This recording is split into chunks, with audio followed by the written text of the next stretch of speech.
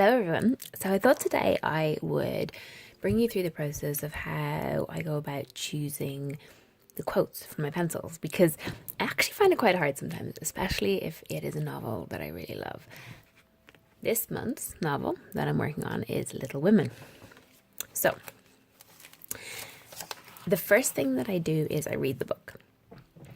I read it through once and I mark quotes that I like, that I feel are really important and integral to the story, because you can have pretty words and I often see things in there, they're quoted and that people have them as their favorite quotes, and I wonder, do they really like them or they just pick them out, and did they actually read them in the book itself? Because, for example, this one, I'd rather take coffee than compliments just now. So I see this quoted often as someone's favorite quote from Little Women, and it's a nice quip. I like it as a set of words, but when I look at it in the context as a novel, Amy says it to Laurie when they meet, when she's grown up, and it's a scene where Amy is dancing and she's sort of the belle of the ball and Laurie is watching her, and suddenly he sees her as being a grown woman instead of Joe's little sister. And it's this point that their romance starts. But this line, it's very offhand. It doesn't really have any substance to it. Actually, the lines that follow afterwards, where she talks about her poverty and how she does little with the skills that she has, like, that's more important to the storyline. This, I liked it, I marked it, but I just thought, does it really tell you anything truly important? Or is it just a clever phrase? So, after much thought, I'm afraid it got put aside. These are, the sun is starting to come in now and you can see the shadow. So, very first one that I took was Joe in chapter 1. They're talking about their father is away at war and they're worried for him. And the very first scene, if you remember, it says it won't be Christmas without presents. So they're struggling as a family, and they all talk about what they can do to be better for him. And Joe says, I'll try and be what he loves to call me, a little woman, and not be rough and wild, but do my duty here instead of wanting to be somewhere else. And I think this is really important because for Joe, her whole life she wants to be somewhere else. She doesn't want to be a little woman, but she struggles between being what she's meant to be and dreaming and using her imagination and wanting to be a writer, and this is where you see their personalities come to the fore because of what each of them says that they will do, what each of them worries are their faults. And Joe sees her fault as being that she isn't a little woman, and it's also where the title of the novel comes from. The second quote that I chose is, and this is from the 4th chapter. It says, I like good, strong words that mean something, replied Joe. And here we're seeing how Joe doesn't want the frills and the lace. She wants good, strong words. And I like this because I think it gives you something of her personality and what's important to her. Castles in the Air. So this is from the 13th chapter. Actually, the chapter is called Castles in the Air.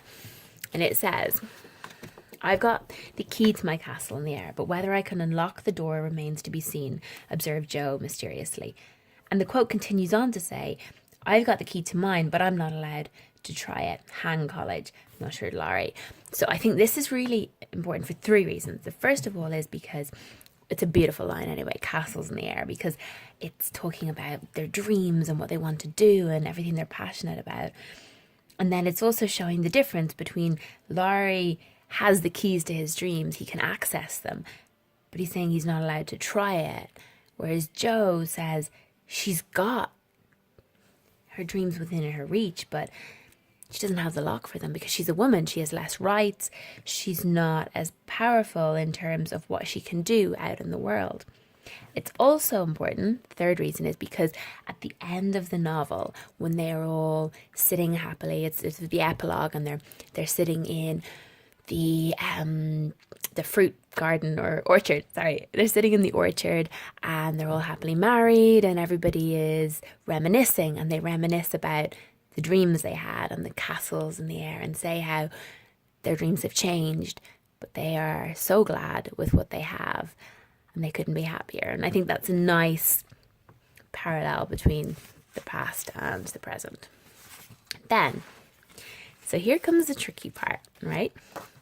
Because I have a few other quotes, and I've got to now narrow it down to 5.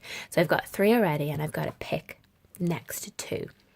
So we've gotten rid of the coffee one. We like it, but we're not going to use it for the pencils. This one then, which I often seen quoted as my favourite quote from Little Women. She's too fond of books and it has turned her brain. But here's the thing, it's not actually from Little Women. Louisa May Alcott, she wrote other stories, and she wrote one, A Work, A Story of Experience. And this is a scene where the chambermaid, new to the house, and she falls asleep reading, and her candle knocks over, and she sets fire to her bedclothes, and the husband and wife come home and they see this, and the chambermaid, she sees the humour of the situation. She starts laughing hysterically, and the wife, the mistress, says she is too fond of books and it has turned her brain. So again, I really like it, but I'm going to put these aside and I'll use them for something else. Then, this one I think I will be including. I am not afraid of storms, for I'm learning how to sail my ship. Again, this is a quote by Amy, and it comes to the end of the book, and it's in a conversation where they're talking about marriage, and sort of sailing and ships are the euphemism they're using for a married life. And Amy says she is not afraid of storms. So you see here how her progression throughout the novel, she goes from someone who's very focused on marrying a rich man and her looks and quite vain as a young child, to a happily married woman who's content in her own self and knows that marriage might not be an easy journey, but she's learning to steer her own course in life. So I like this for its context in the novel, but I also like it for its context in terms of feminism and female empowerment. So this one is definitely going into the quotes. So then I only have one more. Which one am I going to pick? This one here.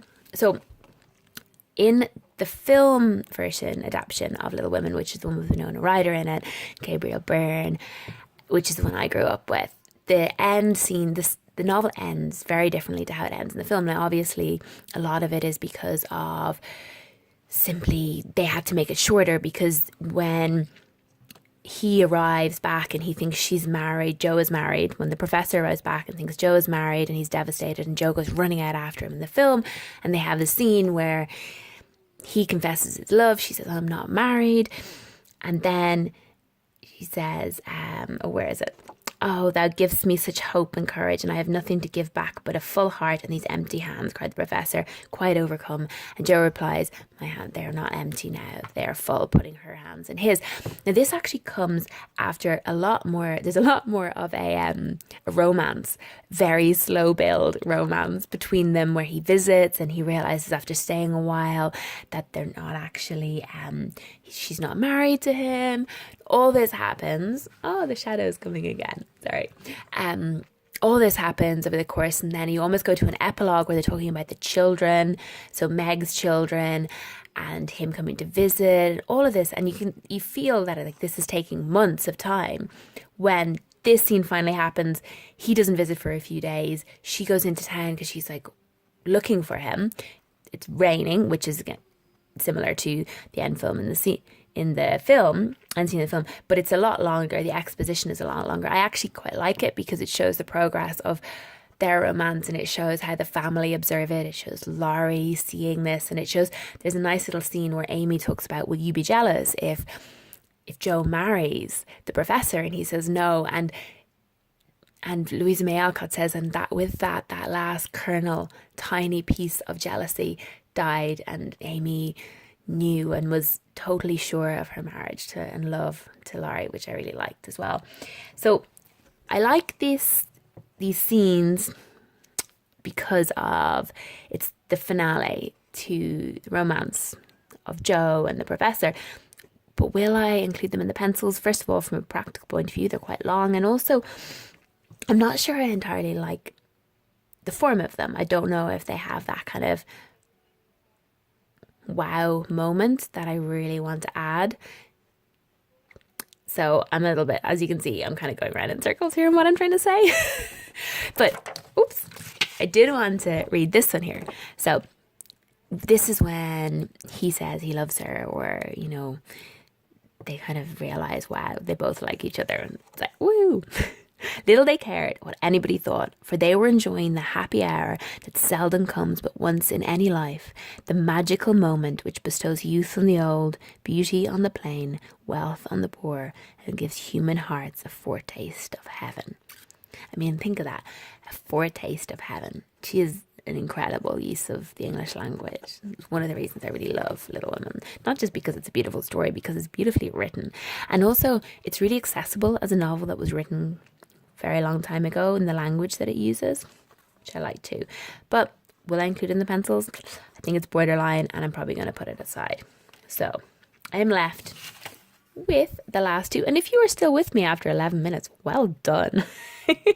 So we have a scene from chapter 21 where Larry is struggling.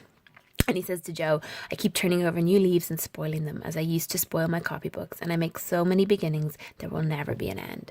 Now, again, I like this as a turn of phrase, as a quote, but in terms of what it is in the novel, it's not at like a really important turning point in the novel or anything like that. Whereas this quote here, which is by Mrs. March, the girl's mother, and says, and this comes to the end of the novel. It's where Joe's returned home. Beth has died. Spoiler alert. And Joe is she's worrying that she's on the shelf and she'll never marry. And Mrs. March says, don't laugh at the spinsters, dear girls, for often very tender, tragic romances are hidden away in the hearts that beat so quietly under sober gowns. And now the speech continues on, and it talks about the fading blossom of youth and how we should be considerate of everybody, really. But I love this speech because it's talking to so much of what the novel is about, how women didn't have a form of expression, how they were sidelined, and often when you were past your prime and on the shelf at the age of like 21 or 22, you were considered a spinster, and you would sit on the edge of the dance floor and you would never marry. And often there was romances there, but they were spurned by one or the other partner not being wealthy enough, or one or the other having to marry for money and not love. And you just think of all those things. Tragic romances hidden away in the hearts that beat so quietly under sober gowns. So this, my dear readers, will be making it into my set of pencils. For everything that it holds in the context of the novel, for the beauty of how it's written, and because Mrs. March should always be included in anything on Little Women. So here we have it. The 5 quotes for our Little Women pencils. And now the design process starts. Choosing the fonts and the colour tones, choosing the imagery, which you can see here I've made a little note of, that books, plays, the attic, inkwell, the Papabook papers, Joe's hat, the feather, the ink quill.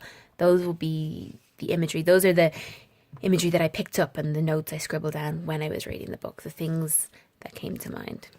So, thank you for listening. That was a little insight into the design process of Little Women. Thank you.